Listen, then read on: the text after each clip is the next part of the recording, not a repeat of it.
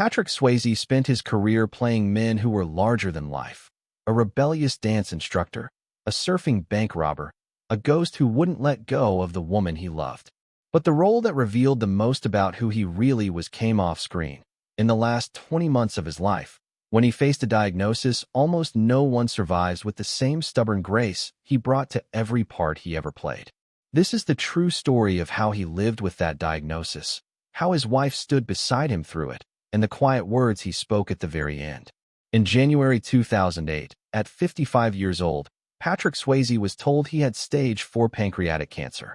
It is one of the hardest cancers to catch early because it rarely produces symptoms until it has already spread, and by the time Swayze was diagnosed, the disease had advanced significantly. Doctors are often blunt about the odds in cases like his. Oncologists who treat the disease have noted that when pancreatic cancer has spread beyond the pancreas, fewer than 1 in 4 patients are still alive a year later. The median survival time for patients in Swayze's position is measured in months, not years. The news broke publicly in early March 2008, first surfacing in tabloid reports before his medical team confirmed it. His oncologist, Dr. George Fisher of Stanford Cancer Center, tried to calm the growing storm of speculation, telling the press that Swayze had a limited amount of disease and was responding well to treatment, and pushing back directly on rumors about his prognosis and physical decline. Still, the tabloid machine did not slow down. Photographs of a visibly thinner Swayze circulated across magazine covers for months, often accompanied by breathless predictions about how much time he had left. Swayze did not retreat. He began treatment almost immediately, enrolling in a clinical trial at Stanford that combined chemotherapy with an experimental drug designed to choke off the blood supply, feeding his tumor. He traveled back and forth between his ranch near Los Angeles and Palo Alto for the trial, determined to fight the disease as aggressively as modern medicine would allow. Lisa Nemi, his wife of more than 3 decades, would later say that the diagnosis brought out a side of him he had always wanted to become.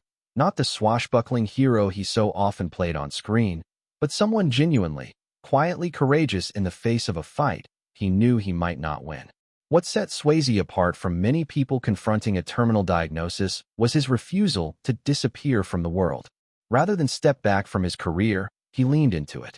In late 2008, less than a year after his diagnosis, he returned to the set of a new A&E crime drama called The Beast, in which he played a hardened, morally complicated FBI agent. It was physically demanding work, long days, difficult scenes, a role that required him to project toughness even as chemotherapy was wearing his body down. He pushed through the pain without painkillers strong enough to dull his performance, worried that medication would blunt the sharpness he needed to bring to the role. Colleagues who worked with him during that period were struck by how little he let the illness show. He kept his commitments, showed up on time, and gave no indication to the people around him that he was fighting for his life between takes. The Beast premiered in January 2009 to strong reviews, and Swayze's performance was widely praised as some of the most committed work of his career. Work that audiences did not yet fully understand had been produced in the middle of an active battle with terminal cancer. The show was ultimately canceled after a single season, not because of Swayze's health, but for business reasons tied to the network. Even so, it stood as a testament to how determined he was to keep working for as long as his body would let him. That same month, January 2009, Swayze sat down with Barbara Walters for his first major interview since going public with his diagnosis. He was candid in a way that surprised many people who expected a more guarded response from a Hollywood star. Asked directly whether he was scared, he admitted that he was, describing the year ahead as something he knew would be brutal. It was a rare moment of public vulnerability from a man who had spent his career playing characters defined by physical confidence and control.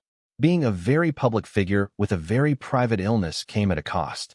Tabloids ran a stream of stories speculating about his declining health, and some outlets went so far as to publish premature reports of his death months before it actually happened. Swayze found the coverage frustrating, and at times addressed it directly and pointedly in interviews, making clear that the speculation being printed about his condition did not reflect what his doctors were actually telling him. Despite the noise, he and Lisa tried to protect what privacy they could. They spent as much time as possible away from Los Angeles at their ranch in the foothills near the San Gabriel Mountains, a place Swayze had always described as one of the few spots in his life where he could simply exist without being Patrick Swayze, movie star. It was there, surrounded by horses and open land, that Barbara Walters conducted her interview with him, not in a studio, but in the setting where he felt most like himself. To understand how Swayze faced his illness, it helps to understand the relationship that carried him through it. He and Lisa Niemi met as teenagers at his mother's dance studio in Houston, where she was a student and he was already an accomplished young dancer. Their connection developed over years of working together before it became romantic, and the two married in 1975, a marriage that would last 34 years, all the way to his death. Their relationship was not without hardship long before cancer entered the picture. They weathered a turbulent period in their marriage, including struggles with alcohol and the pain of a miscarriage that ended their hope of having biological children. But by the time Swayze's diagnosis arrived, the couple had moved through those difficulties and rebuilt something durable. Niemi later reflected that watching him fight his illness revealed a version of her husband defined by determination, humility, and love in a way that even decades of marriage hadn't fully shown her before.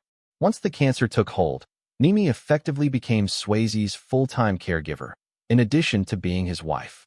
She managed his medications, accompanied him to treatments, and, by her own account, spent nearly every waking hour by his side during the roughest stretches of his decline. In 2009, the couple co-wrote a memoir together, The Time of My Life, chronicling both his career and his experience of living with the disease. It was published shortly after his death,